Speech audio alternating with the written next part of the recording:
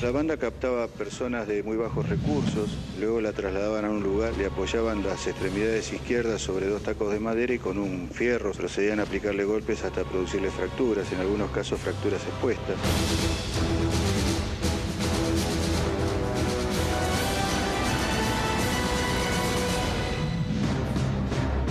Simulaban tener el accidente de tránsito porque muchas de esas víctimas que fueron captadas para recibir dinero, 1.500, 3.000 pesos, ellos se quedaban con las grandes sumas, han terminado con dificultades motrices.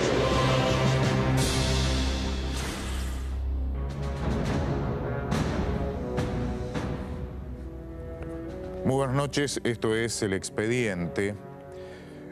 Hoy vamos a hablar de varios casos. Más allá de actualizar la información de la semana, que hubo mucha información, vamos a conocer una investigación que llevó mucho tiempo para lograr algún tipo de resultado. Son lo que llaman investigaciones complejas, de difícil resolución, en donde se aplica el conocimiento del investigador y la tecnología que tiene a mano este investigador. Pero también vamos a hablar de crímenes que son realmente brutales, que si bien se esclarecen rápido, lo que más sorprende es la frialdad y la brutalidad de estos asesinos. Presentación y programa.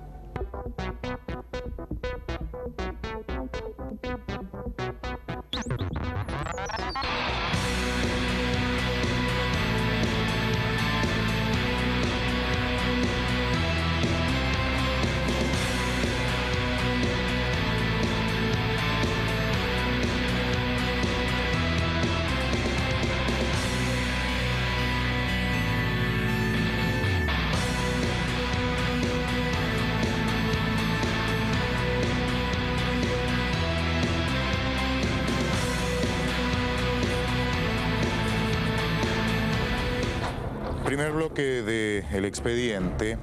Vamos a conocer ahora cómo llegaron a dar con una banda que aparentemente comandaba un abogado y que se dedicaba a defraudar a empresas de seguros, a aseguradoras, compañías de seguros. Esta organización, según la investigación, venía operando desde hacía por lo menos 10 años. Habían hecho fortunas. El sistema es bastante lineal. Conseguían generalmente un indigente, le ofrecían el negocio. Este es el jefe de la banda, el abogado Giver. Las otras personas que estamos viendo son integrantes de la banda.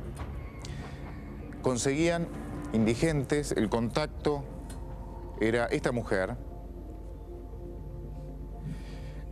Luego fracturaban a esa persona, utilizaban una ambulancia trucha, es esa la ambulancia, era una ambulancia armada, ¿no?, de la banda, porque simulaban, como en una película, un accidente en una esquina elegida, con un auto, generalmente un remis, le alquilaban el remis al chofer, y allí comenzaba una demanda contra la compañía de seguros.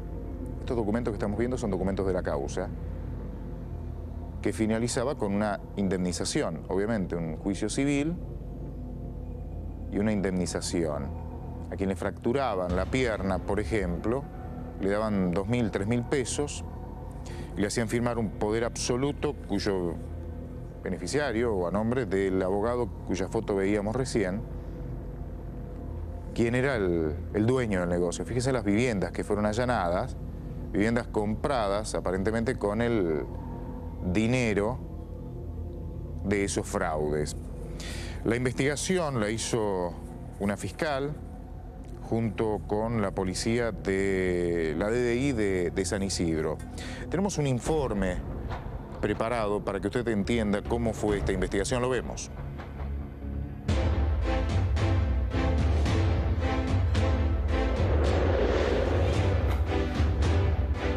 Luego de varios allanamientos, 2 hombres y una mujer fueron detenidos, acusados de integrar una banda de rompehuesos. La banda captaba personas de muy bajos recursos, luego la trasladaban a un lugar hasta donde les daban cierto sedante o una sustancia que impedía de algún modo el dolor, y en esas circunstancias le apoyaban las extremidades izquierdas sobre 2 tacos de madera y con un fierro, según dicen los testimonios, procedían a aplicarle golpes hasta producirle fracturas, en algunos casos fracturas expuestas. La banda se dedicaba a captar personas de bajos recursos y tras provocarles fracturas, simulaban accidentes de tránsito para cobrar los seguros. Los detenidos fueron identificados como Hugo César Giver, abogado de un estudio jurídico, Daniel Herrera y María José Mesa, quien se encargaba de reclutar las presuntas víctimas. Luego inmediatamente las llevaban a un lugar ya prefijado, donde había otros integrantes de la banda, algunos de ellos remiseros, otros propietarios de otros vehículos, que simulaban tener el accidente de tránsito, con gritos, con frenadas. En esas circunstancias aparecía la ambulancia también de la misma banda. Una vez simulado el accidente, con complicidad del automovilista que previo pago facilitaba el seguro, se iniciaba la demanda. La investigación se inició luego de que un juzgado civil de San Isidro sospechara de una demanda interpuesta por el abogado de una mujer que decía haber sido víctima de un accidente de tránsito, exigiendo un resarcimiento económico. De inmediato se dio intervención a la Unidad Fiscal de Instrucción de Delitos Económicos y a la DDI de San Isidro.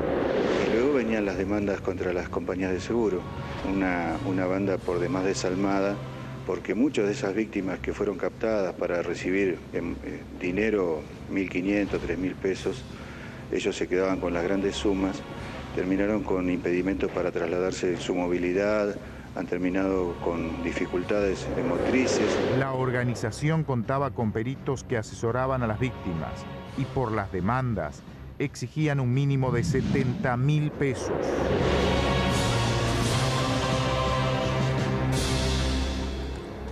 Como en las películas, pero real esta historia, esta banda, esta organización que operaba desde la zona oeste del Gran Buenos Aires, y los lugares de los choques iban cambiando.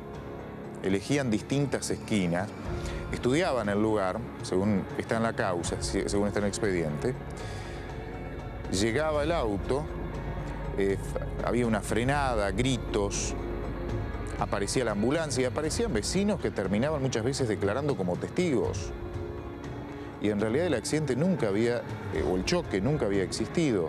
Lo que llevaban era una persona fracturada, que ellos fracturaban, y ahí comenzaban con un proceso judicial, una demanda civil, para cobrar un resarcimiento económico. Quien se quedaba con gran parte del dinero era el jefe de la banda, ese abogado Giver, que está detenido, cuya imagen veíamos recién. Quiero que vean el organigrama, la estructura de la banda, de acuerdo a la investigación que estuvo a cargo de la doctora María Virginia Toso. Hay todavía involucrados que están libres. Fíjense la cantidad de viviendas que fueron allanadas y los lugares, ese es el plano y esas son las fotos. Lo que sorprendió a los investigadores también es el nivel de estructura que tenían para simular estos accidentes. Creo que hay una imagen allí, entre las fotos, que aparece una camioneta que es una ambulancia, una mini ambulancia, una camioneta acondicionada de esa forma por la banda, porque aparecía en el lugar del accidente y se llevaba al herido, para comenzar con el fraude contra la compañía de seguros. ¿Qué es lo que hacían? Ahí están en la organización una tal María José Mesa, era la mujer encargada de reclutar a las víctimas. Daniel Herrera, su esposo, era quien llevaba a esas víctimas al doctor Hugo César Giver, según está en la causa. Ahí está el doctor Giver. En una de las viviendas allanadas fracturaban a la víctima y luego planeaban el lugar del accidente, del que también participaban por lo general remiseros a quienes les alquilaban el auto y el seguro, obviamente, porque iban a demandar a la compañía de seguros de ese remis. Hay 3 detenidos, pero la organización aparentemente estaría integrada por otras personas que todavía no han sido encarceladas, por lo que la investigación está en curso. Ahora les vamos a mostrar, vamos a pasar a otro tema, y le vamos a mostrar un video. Es una grabación casera que, aunque a usted le cueste creer, lo grabó un policía que ha sido despedido. Esto es en el interior de una comisaría de Tucumán. Fíjense los golpes, la agresión. De una localidad tucumana que se llama Bellavista. El que recibe los golpes es alguien que fue llevado como contraventor, o sea, por una infracción menor. Según la investigación, esa contravención ni existió, sino que un policía con quien tenía una diferencia lo llevó a la comisaría, lo ingresó en ese calabozo y le dio la orden a unos presos pesados, especialmente el que estamos viendo, el que está con el torso desnudo, para que le diera una terrible paliza. Aparentemente fue el propio policía, con su teléfono celular, quien graba esa golpiza, que es interminable. Al conocer, esto se grabó en febrero pasado, pero en los últimos días recién se conoció esta historia porque alguien subió este video a YouTube y así se conoció la historia. En las últimas horas, la justicia tucumana dispuso el pase a disponibilidad de varios policías de esa dependencia y sospecha que esos policías fomentaron las agresiones a ese joven que había sido demorado. Aparentemente la grabación fue realizada el 21 de febrero pasado. No lo mataron por milagro a ese joven. La difusión de este video generó un verdadero escándalo en Tucumán. Fíjense cómo otros presos están mirando, miran, sin hacer absolutamente nada. Y el joven es brutalmente golpeado. Por suerte, en principio, esos policías fueron pasados a disponibilidad, pero esperemos que la investigación no se detenga y que el policía que ordenó esa golpiza termine en la cárcel, termine efectivamente en ese lugar, en la cárcel. Repito, ocurrió en la comisaría de Bellavista, una localidad de Tucumán. Realmente las imágenes son impactantes. Y sigue, es un video que dura por lo menos 4 o 5 minutos. Bien, tenemos una pausa muy breve en el expediente y al regresar vamos a conocer esta historia. Una historia que conmovió al país, el crimen de un inocente, de un nene, Franco. Se está realizando el juicio en donde los asesinos podrían ser condenados a una pena muy dura. En minutos conocemos la historia.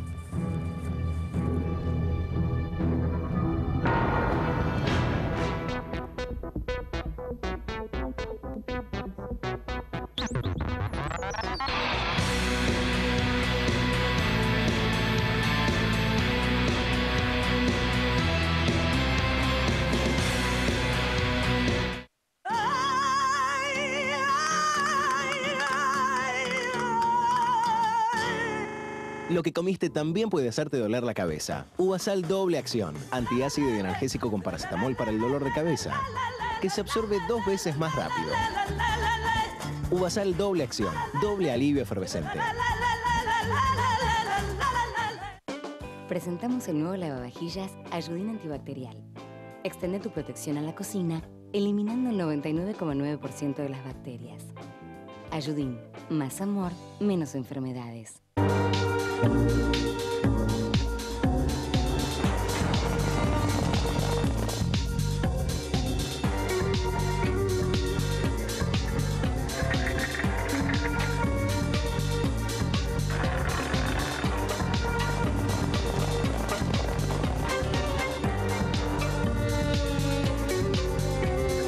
Hipódromo Argentino de Palermo. Descubra y disfrute el cambio.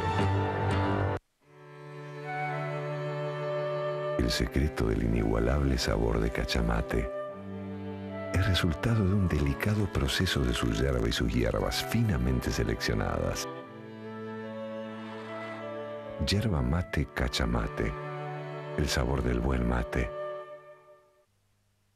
Los alimentos con alto contenido de ácidos, algunas bebidas, fruta, aderezos para ensaladas, ablandan la superficie del esmalte. La pérdida del esmalte es irreversible. Por eso es importante proteger el esmalte de nuestros hijos cuanto antes. Hay en el mercado un nuevo producto. Sensodyne Pro Esmalte para niños. Yo le recomiendo a las mamás que cambien la pasta dental de uso diario por esta nueva pasta. Sensodyne Pro Esmalte para niños. Protección diaria contra la erosión ácida y la caries dental.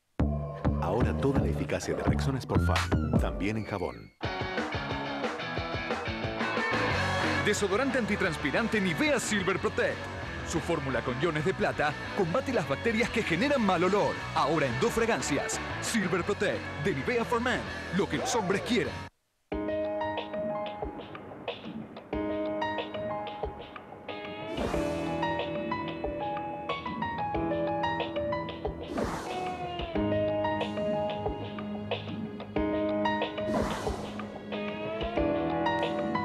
Tu casa está llena de virus y bacterias que no alcanzas a ver. Por eso usa Lisoform, que elimina en un 99,9% virus y bacterias. Sobre múltiples superficies, Lisoform Aerosol. En tus pisos, Lisoform Limpiador Líquido. En la cocina, Lisoform Antigrasa. Y en todo tu baño, Lisoform Baño. Protege la salud de tu familia. Lisoform es desinfección. ¿Quién dice que potencia no combina con cuidado? Nuevo antitranspirante Dove Men Care. Protección eficaz 24 horas y cuidado insuperable que no irrita tu piel. Nuevo antitranspirante Dove Men Care. I can see you in the sun. I got you. Nuevo Ayudín Ropa Color Colores Vivos. Su fórmula con abrillantador óptico realza los colores lavado tras lavado. Ayudín Ropa Color. Colores vivos, colores radiantes.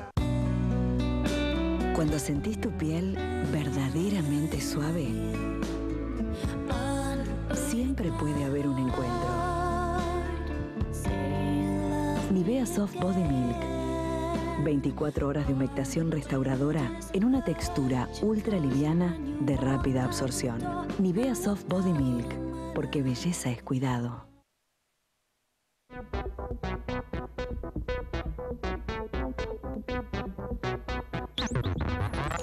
Segundo bloque del expediente. Fue un caso que conmovió al país. Generó una gran repercusión debido a la indignación que generó esto, que provocó esto en la sociedad. Fue el 23 de septiembre de 2007, era domingo. Franco tenía 12 años, fue con un hermanito a jugar un rato a un ciber. Fue en un barrio de Moreno y lo asesinaron. Los asesinos están siendo juzgados, o los acusados de ser los asesinos, sobre quienes hay mucha evidencia, están siendo juzgados y en las próximas horas se va a conocer la sentencia. Va a llegar al final esta historia que tuvo a una víctima inocente. Estos son los acusados. Estos son los asesinos, según la investigación, ¿no? Fernando Abayay, 33 años, y Carlos Godoy, 22.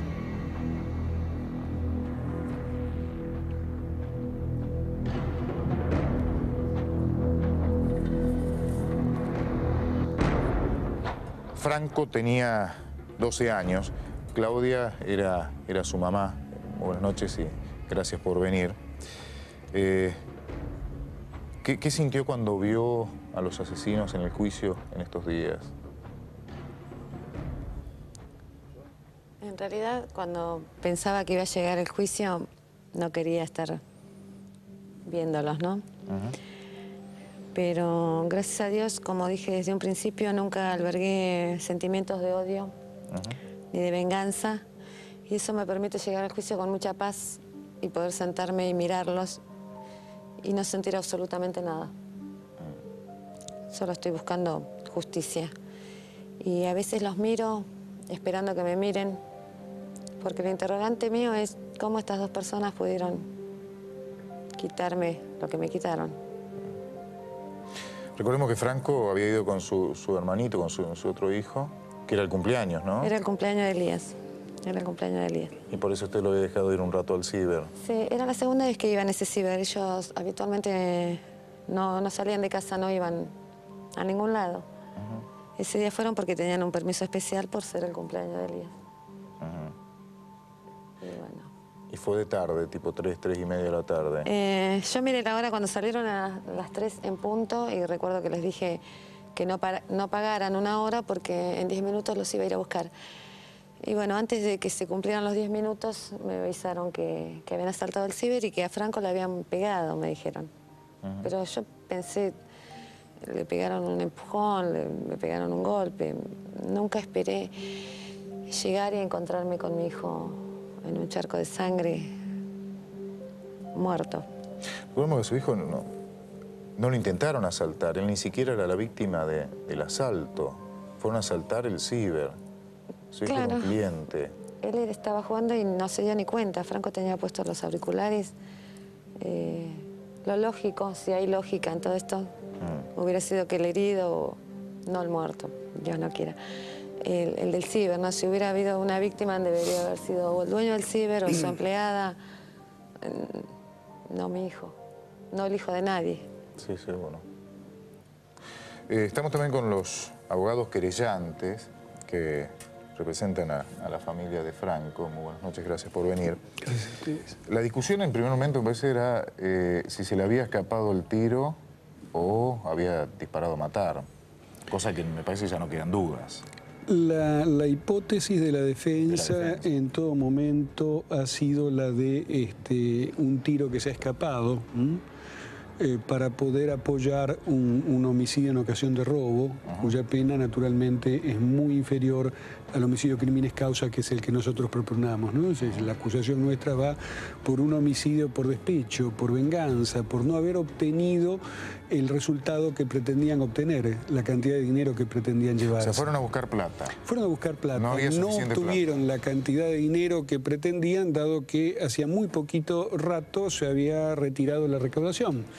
De manera que justamente el dame más y posteriormente al dame más el tiro, que evidentemente no se escapó, como lo hemos probado con la perito balística en el Quedó juicio, claro ¿no? que disparó. O sea, el caso a veces generó tanto, a mí me sorprendió, me horrorizó tanto en su momento. Un chico que estaba jugando en el ciber, aparecen delincuentes, no hay plata en la caja y matan a un nene que está jugando en el ciber por despecho, como dijo usted. Efectivamente. Fue Franco, que estaba en el box 14, como podría haber sido esta otra chica que estaba en el 15 y atestiguó, como podría haber sido cualquiera, como podría haber sido Elías, el hermanito de Franco, que estaba en el box 7 a 2 metros y pico de distancia, ¿no? Señor, el testimonio de Elías fue clave, ¿no? En el juicio de su hijo. Sí, el testimonio de Elías creo que fue lapidario, se podría decir. Elías fue muy coherente siempre con lo que había visto y oído.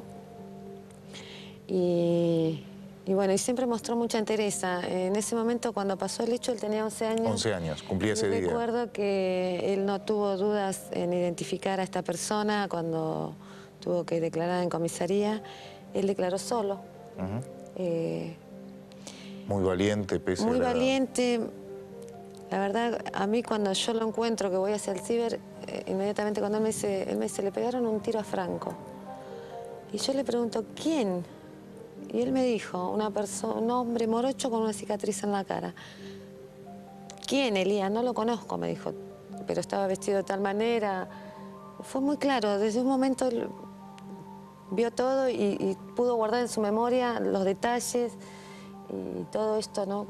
que le tocó vivir. Y bueno, ahora cuando dio testimonio creo que fue muy claro, que fue muy contundente en lo que dijo y muy seguro de lo que vio y lo que escuchó. ¿Cómo está Elías ahora? Bien, más relajado, muy relajado. Yo le comentaba a los doctores cuando él salió de declarar, era como que se había sacado un gran peso encima. Él está en terapia y lo que trabajábamos mucho con la psicóloga era el tema de que él se culpaba. Porque él lo había invitado, porque era el cumpleaños, porque él quiso también sentarse en esa máquina.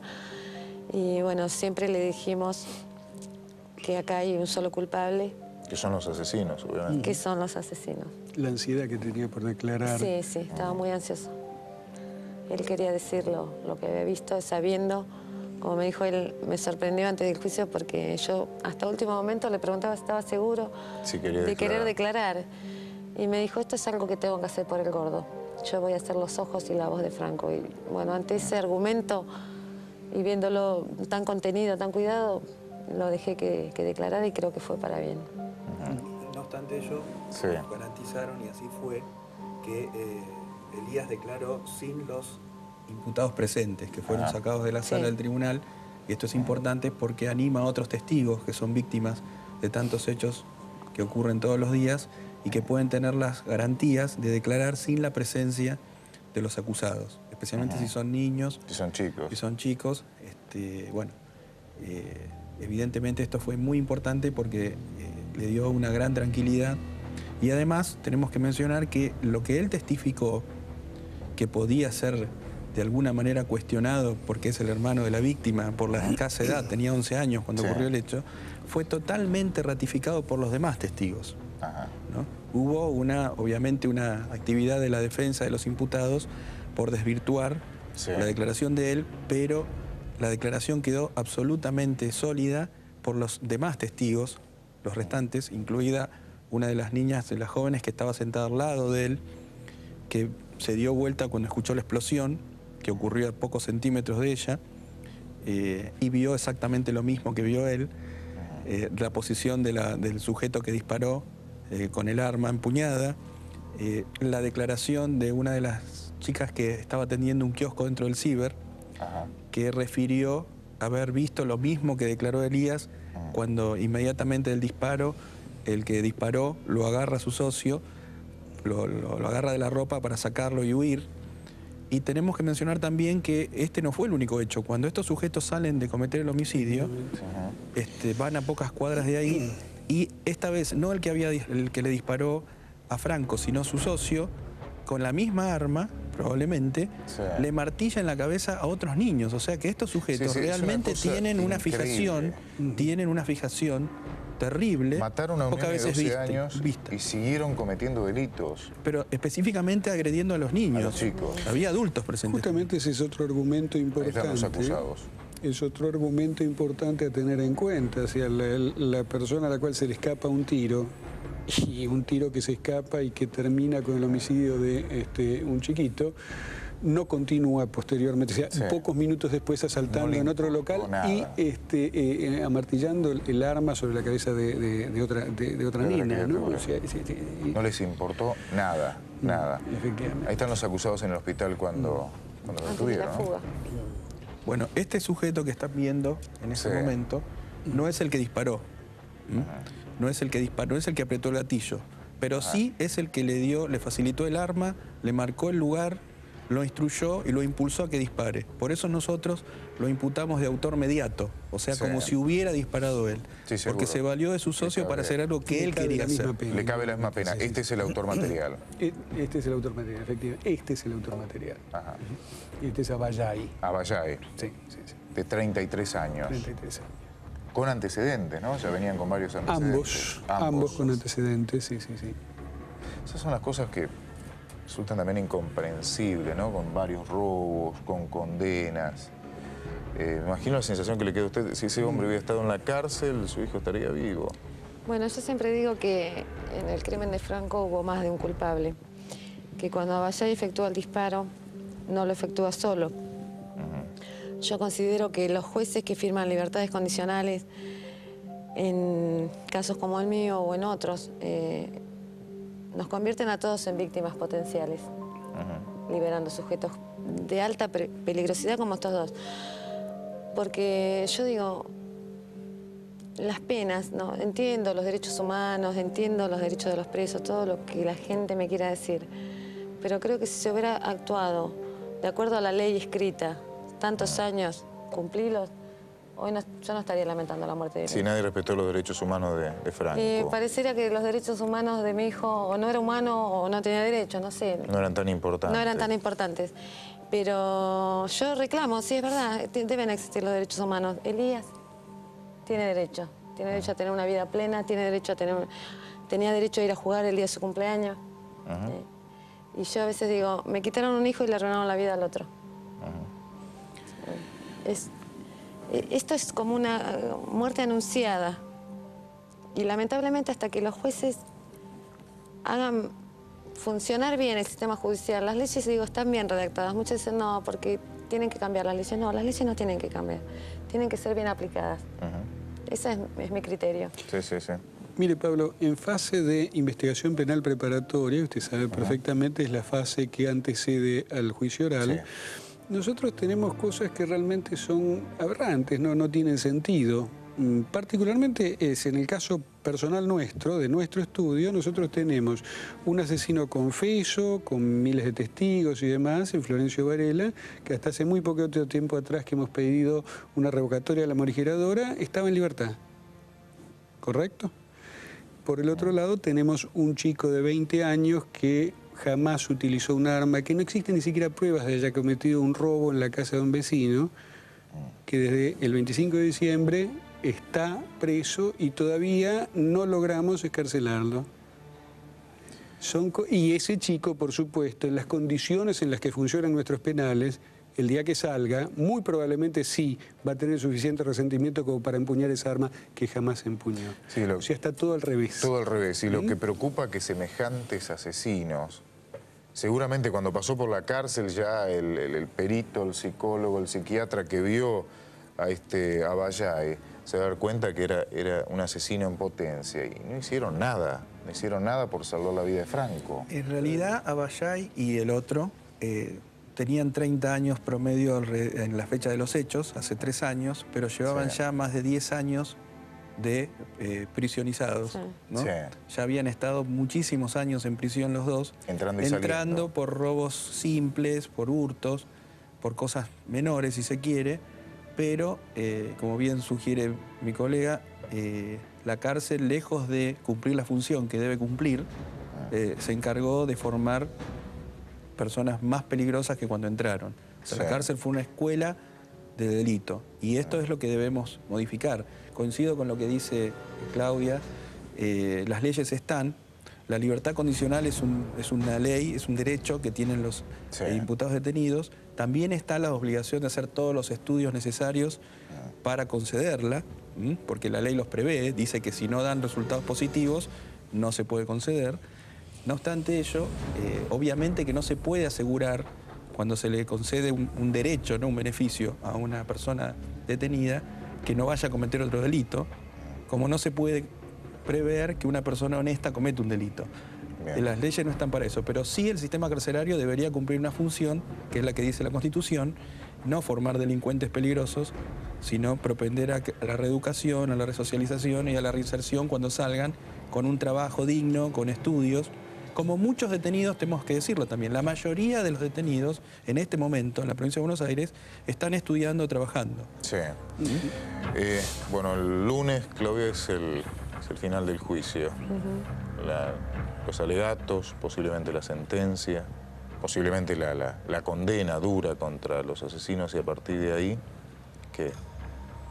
Bueno, yo creo que a partir de ahí, algunos dicen, bueno, el lunes termina todo. Yo no creo que termine, porque yo creo que después de esto hay que trabajar mucho en el tema de que realmente la condena se haga efectiva y se cumpla. Y bueno, y será eso, seguir después viendo en casación que se cumpla lo que se condena. Y tratar de seguir adelante, ¿no? Es muy difícil. Yo tengo más hijos y el que más me preocupa es Elías. Pero por otro lado estoy tranquila porque mis hijos tienen una muy buena base, somos muy creyentes y no... Ellos son lo que ven, digo.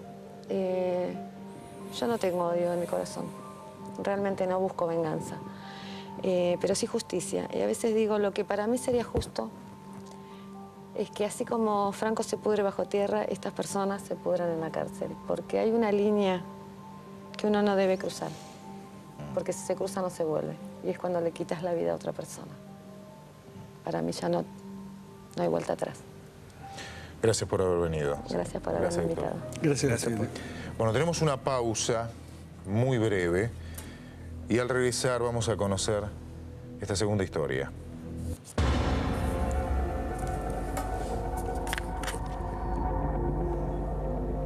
El crimen del neurocirujano en Boulogne, Esta semana hubo novedades. El misterio en minutos.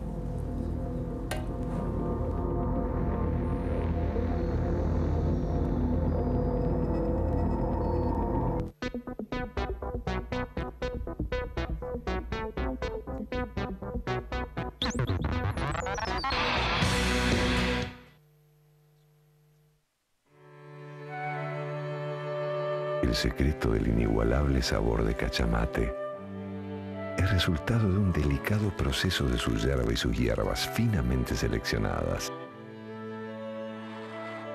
Yerba mate Cachamate, el sabor del buen mate.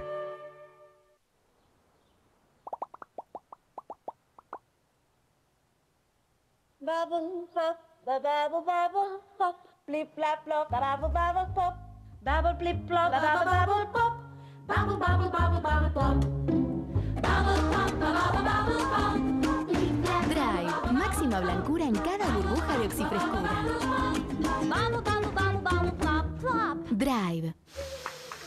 Sentía el perfume de la limpieza. Habíamos quedado que la plata del préstamo era para las vacaciones, no para el cañón. Vos no pensás más allá. Fíjense, el sillón, el home theater, el surround. Préstamo Personal Galicia. Tenelo en 24 horas. Consultá por las sorprendentes tasas que tenemos para vos. Banco Galicia. Cada día más. Nuevo Terma Citrus, prueba de sabor número 14. El nuevo Terma Citrus te refresca. Tiene un mix de hierbas y frutas cítricas. Frutas cítricas y hierbas. Hierbas y frutas cítricas. Frutas cítricas y hierbas. De hierbas y frutas cítricas. ¿Frutas cítricas y hierbas? ¿Puede ser? Trave y citrusové frutti. Como sea. Recomendar tomar el nuevo Terma Citrus. El nuevo sabor de sentirse bien. Cuando empecé a usar prótesis dentales me sentía raro, incómodo, poco espontáneo. Hasta que mi dentista me dijo que use un adhesivo dental. Me dijo que es como cuando empezás a usar lentes de contacto. Al principio te sentís raro, pero después ni te das cuenta. Mira, Corega es un adhesivo dental que te permite reacomodar la prótesis sin problemas hasta que encontrás la posición correcta. Créeme, vas a volver a ser el de antes. Ahora si no uso Corega, me siento como si estuviera desnudo. ¿Te imaginás, no? Corega, nunca dejes de sonreír. Desodorante antitranspirante Nivea Silver Protect. Su fórmula con iones de plata combate las bacterias que generan mal olor. Ahora en 2 fragancias. Silver Protect de Nivea for Men. Lo que los hombres quieren. El esmalte dental es uno de los componentes más importantes del diente, por eso es importante que lo cuidemos, tanto el de los niños como el de los adultos. La erosión ácida es un reblandecimiento del esmalte producido por los ácidos presentes en los alimentos que consumimos diariamente. La pérdida del esmalte es totalmente irreversible. ¿Qué recomienda? No es necesario que dejemos de comer o beber las bebidas y los alimentos que nos gusten. Yo recomiendo Sensodyne Pro Esmalte para niños. Sensodyne Pro Esmalte para niños. Protección diaria contra la erosión ácida y la caries dental.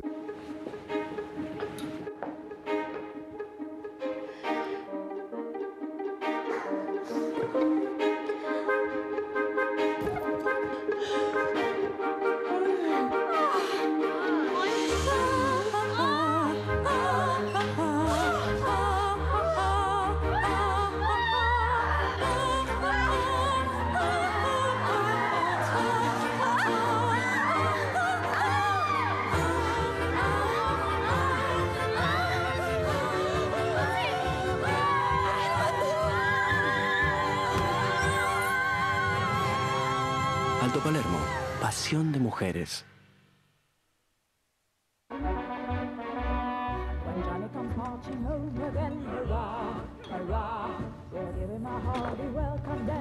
Si hay una liquidación, allí estaremos. Para lograr lo que queremos, necesitamos la mejor protección. Cuando sentís tu piel verdaderamente suave, siempre puede haber un encuentro. Nivea Soft Body Milk. 24 horas de humectación restauradora en una textura ultra liviana de rápida absorción. Nivea Soft Body Milk, porque belleza es cuidado.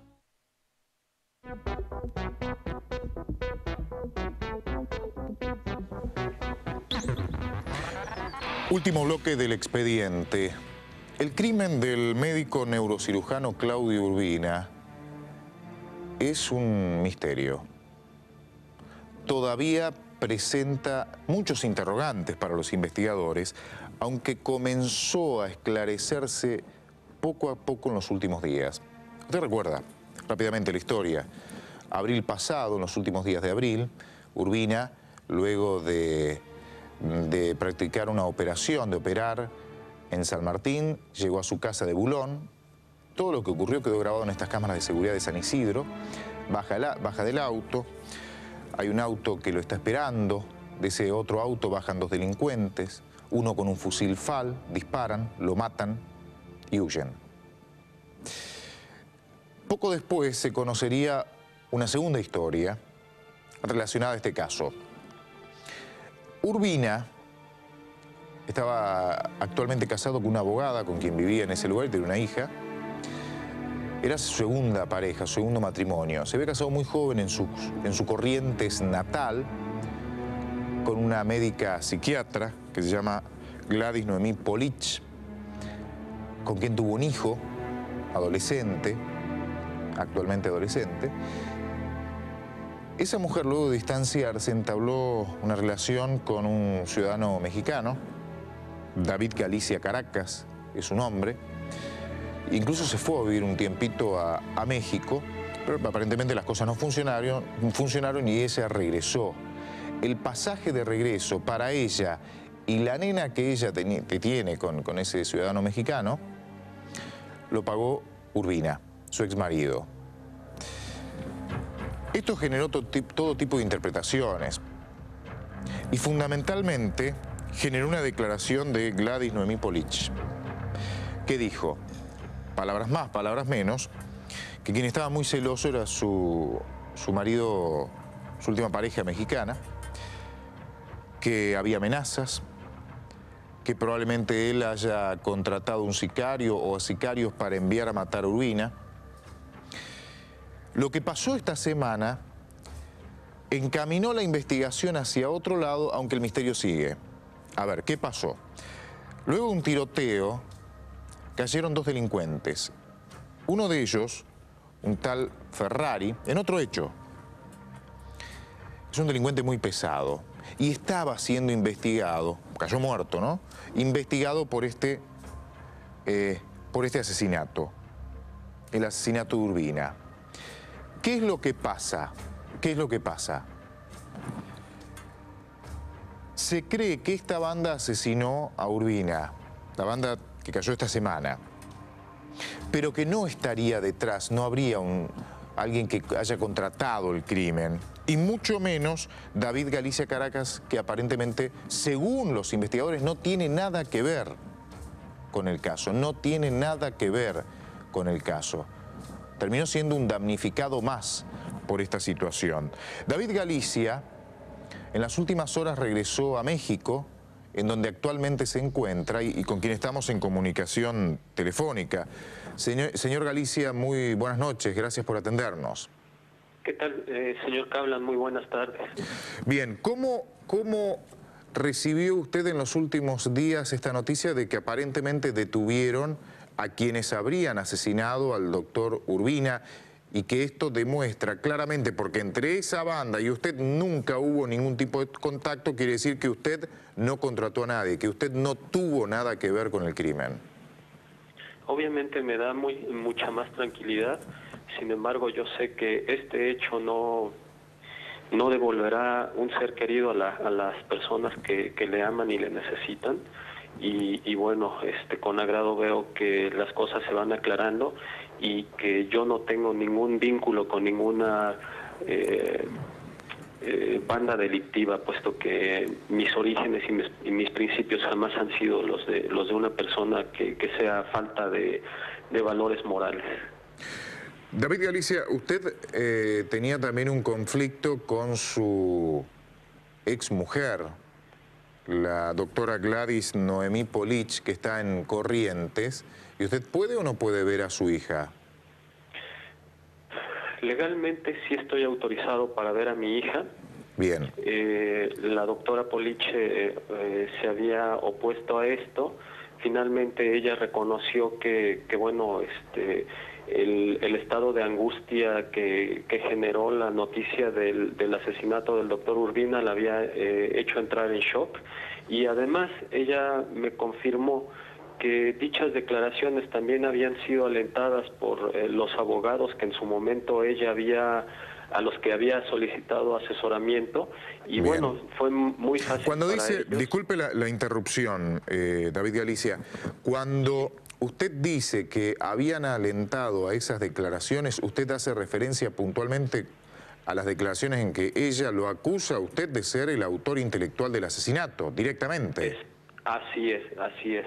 Esto sucede a raíz de que ella me comentó que viendo ellos el estado de angustia, al hacer suposiciones, estos abogados, ¿verdad?, le alimentan esa hipótesis y alimentan la idea de que generen declaraciones falsas ante las autoridades para lograr una custodia de nuestra pequeña hija. Bien, o sea, ella ahora no cree lo que dijo, que usted fue el autor intelectual. O sea, también tiene comunicación usted con su exmujer. Después de mes y medio, a principios de la semana pasada, ella me llamó comentándome su arrepentimiento acerca y ofreciéndome unas disculpas acerca de estas declaraciones que ella había hecho ante los medios y las autoridades, y me pidió que si era posible que yo aceptara estas disculpas y si pudiéramos reunirnos para que yo viera a mi pequeña nena, sí, por efecto de las celebraciones del Día del Padre. Finalmente yo accedí a eso porque la verdad para mí es muy valioso el hecho de mi familia, porque yo tengo un claro afecto hacia Noemí y hacia nuestra hija, que es de manera directa, persiste. Entonces yo accedí a esto, tuvimos una conversación muy interesante. Pude visualizar en Noemí la persona que yo conocí siempre. Entonces ya me comentó los hechos como habían ocurrido. También me comentó que ha tenido muchos conflictos al interior de su familia, porque ellos siguen no nada más obstaculizando el hecho de que yo vea a mi familia, sino que también de alguna manera han impedido que ella pueda procesar todo lo ocurrido, que ha sido una desgracia que ha afectado a varias familias, no solamente a la del doctor Urbina por su pérdida, sino también a la familia que ellos habían conformado anteriormente, evidentemente a su hijo, un chico joven de 19 o 20 años, y evidentemente los resultados el día de hoy no le van a devolver a su padre a este joven. Bien, David, lo último que le pregunto, y a partir de ahora, ¿qué va a hacer usted? Mire, lo que hago la aclaración, usted ya con la causa no tiene nada que ver, usted no fue para los investigadores. Yo no tengo nada que ver, gracias al apoyo y el trabajo muy profesional del despacho o el estudio del doctor Pierri, y las autoridades. Yo debo agradecer en este momento a las autoridades argentinas, que en todo momento mostraron su profesionalismo y por la importancia del hecho o trascendencia se movilizaron, ¿no? Bien. De aquí en adelante, bueno, había mucha bronca por el hecho de recibir acusaciones por parte de mi pareja. Lo que acordamos a solicitud de ella es que vamos a empezar a tratar de reintegrar la familia, tratar de evitar que bueno, las familias periféricas, que serían su familia o mi familia, interfieran en la decisión de nosotros de poder reintegrar nuestra familia, que serían la doctora Gladys Noemí Polich, yo, David Galicia, y nuestra pequeña hija, Adara Lucía. David Galicia, muchísimas gracias por su tiempo. Yo le agradezco, señor Kaplan, les agradezco a todos y les envío un fuerte abrazo. Gracias, hasta luego. Hasta luego. Bien. Lo que se decía, lo que sospechaba al principio, lo que sospechaban los investigadores, ese móvil no se dio, no fue David Galicia. Fue esta banda, aparentemente, que cayó esta semana en medio de un tiroteo, por cruces telefónicos, testimonios. Está cercada la banda. Uno murió, hay otro que está internado, detenido, herido, y hay otro que está prófugo. Pero el misterio perdura. ¿Quién le encargó el crimen? Y otra pregunta más. ¿El crimen lo encargó alguien? El caso todavía presenta demasiadas preguntas para los investigadores. Bien, estamos llegando al final del expediente, pero antes vamos a conocer una historia. El crimen de un joven y la historia de una familia que necesita justicia. Matías Romero se llamaba. Esta es la historia.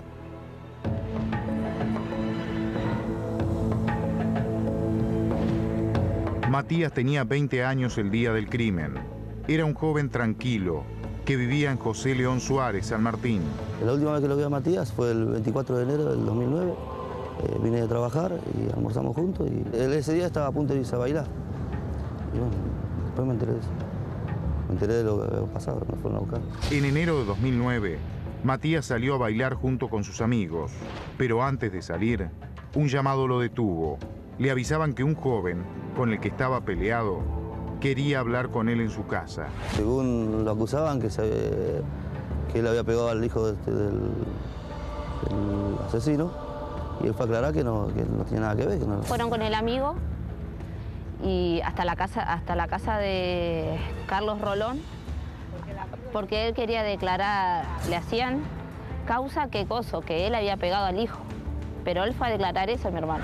Matías fue sin saber que en ese lugar encontraría la muerte. De esa casa salió un hombre, aparentemente el padre del joven, quien agarró un arma y le disparó sin mediar palabras. Mi hermano lo llamó y salió gritando la mujer, diciendo barbaridades. Y bueno, y ahí baja el hombre y el hijo también. Y ahí es donde el hijo le pega a mi hermano acá una piña. Y mi hermano es así y ahí es donde le mete con la parte de atrás del revólver, desde acá, y ahí es donde le tira el tiro. Lo habían llevado acá al Fleming, la salita de primeros auxilios, y no había médico, entonces lo llevaron para el Castec. Y ahí cuando yo llegué, había fallecido, estaba el hermano y ya había fallecido. El acusado está acostumbrado a la impunidad. Ya poseía una causa, por la cual estaba con pulsera magnética, que evidentemente no cumplía. El supuesto asesino estaba con la pulsera, por otro homicidio que había tenido, del 2007 creo que estaba con la pulsera. Y bueno, al otro día fue a trabajar, y según la causa, él trabaja en el SEAMS, en el reciclaje, y lo detuvieron ahí a las 8 de la mañana y lo trajeron a la comisaría. Fueron ahí a preguntarle qué había pasado y él se hizo que no sabía nada. Él, en la declaración de él, que el fiambre lo tiraron a la puerta de él. Así declaró en una declaración que tenemos nosotros los papeles acá, de la causa. ¿Cómo puede ser que una persona que haya asesinado y con los antecedentes que tenía estaba en la calle con la pulsera? Y con una condena de 5 años y 4 meses. Hoy la causa llegó a juicio oral y la familia solo pide justicia por Matías. Se lleva a juicio, al 8 de junio hay un juicio oral. Esta persona, Carlos Rolón, es el único imputado en la causa y no, al hijo nunca se lo llamó tampoco, ¿viste? Hasta el momento la carátula es homicidio simple. Y ahora sigue el juicio. Espero que salga todo bien. Lo único que pedimos nosotros es justicia, que se haga justicia. Y era buena, la relación era buena, un pibe. Alegre, contento. Ese día fue a buscar a las chicas para ir a bailar a rescate.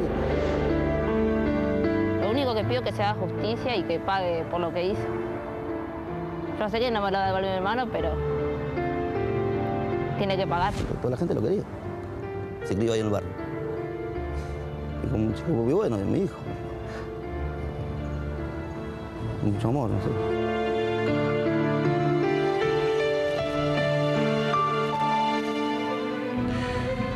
Matías Romero era el nombre de la víctima. Escuchábamos a su familia pidiendo justicia. Quieren que el asesino pase muchos años en la cárcel. Que la justicia, la sociedad en general, cumpla con ellos. Que el asesino pague. Bien, llegamos al final del expediente. Muchísimas gracias. Si tiene usted algún caso, quiere hacer una consulta, puede enviarnos su mail a elexpediente@c5n.com. Muy buenas noches y gracias.